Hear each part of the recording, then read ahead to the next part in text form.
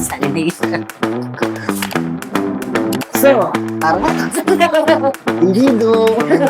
Yan, bali yun na yung naging concern talaga ng client sa akin. Ano? Bali, sir, paano ba yung process netong ano natin, filtration system natin kasama netong yan, inuumpisa na nga po ma-install yung desalination natin dito sa Lian, Batangas.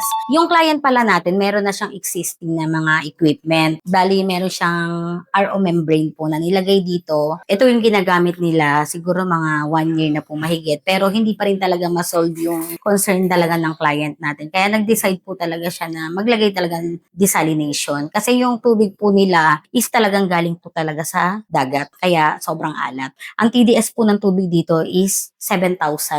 Yan.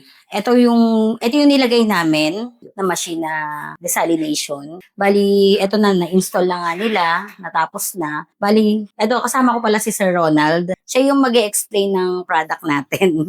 Desalination. Sir Ronald, bakit ba natin nilagay itong yung desalination? Naglagyan ng desalination kasi ang source water nga is salt water. So, desalination is salt water. Convert natin to fresh water. Operational na to. So, nakuha namin TDS is 91. From 7,647, naging 91 na lang yung TDS niya. So, naging potable water na yung seawater. Ganun yung advanced technology na kinabit namin dito. Bali sir, ano yung membrane na ginamit natin dito? Ang ating Kasi membrane, dalawa lang yung membrane na ito. Unlike dun sa dating nakakabit dito, may dalawang membrane siya na malalaki. Itong sa atin, bakit naging ganun ka baba yung naging result ng tubig natin? Tapos, yun nga.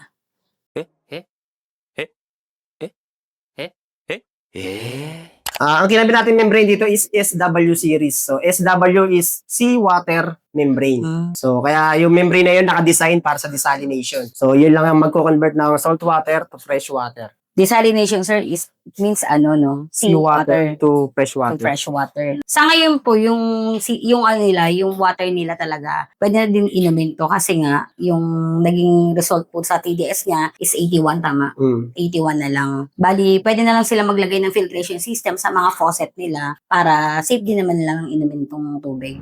Bali, dati, meron silang nilagay dito ng mga membrane, no? Pero hindi siya enough. Yung naging result lang nung TDS nila, is 3,000. 7,000 kasi yung TDS ng tubig talaga kasi seawater nga. Tapos, yun, 3,000 lang yung na-achieve nilang TDS. Talagang magkakaroon talaga ng mga kalawang. Yun nga, naabutan namin dito, puro kalawang din yung mga system nila. Like etong natin, anong tawag dito? Reverse osmosis membrane. Sir, ano ba yung pinagkaiba ng in-install nila dito sa nilagay natin naman ng ngayon? Based sa existing nila kasi reverse osmosis yung kinabit nila. So, napakataas ng source water, 7,645. So, hindi talaga nire-recommend namin na yung reverse osmosis ang ikabit. Ganun kataas na TDS ng tubig. Ang kailangan talaga doon is desalination. So, ito yung desalination na yun. Eh di yung ganyang system na ginawa nila, para saan lang yan?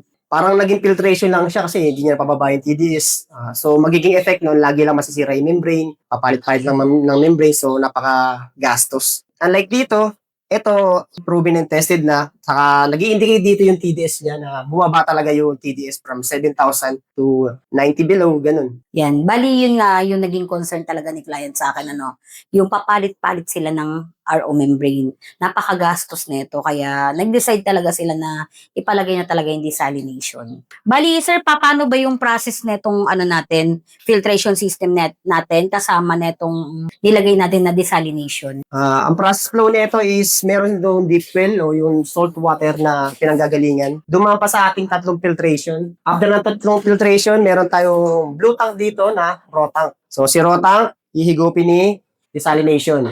So dito na nagkakaroon ng process. So itong technology na ito is advanced kasi may mga indication na rito na TDS monitoring, nagpa-flashing. Basta advanced talaga itong technology na desalination. I like it. Ayan, alam mo yun ako. Ayan! Alam mo na!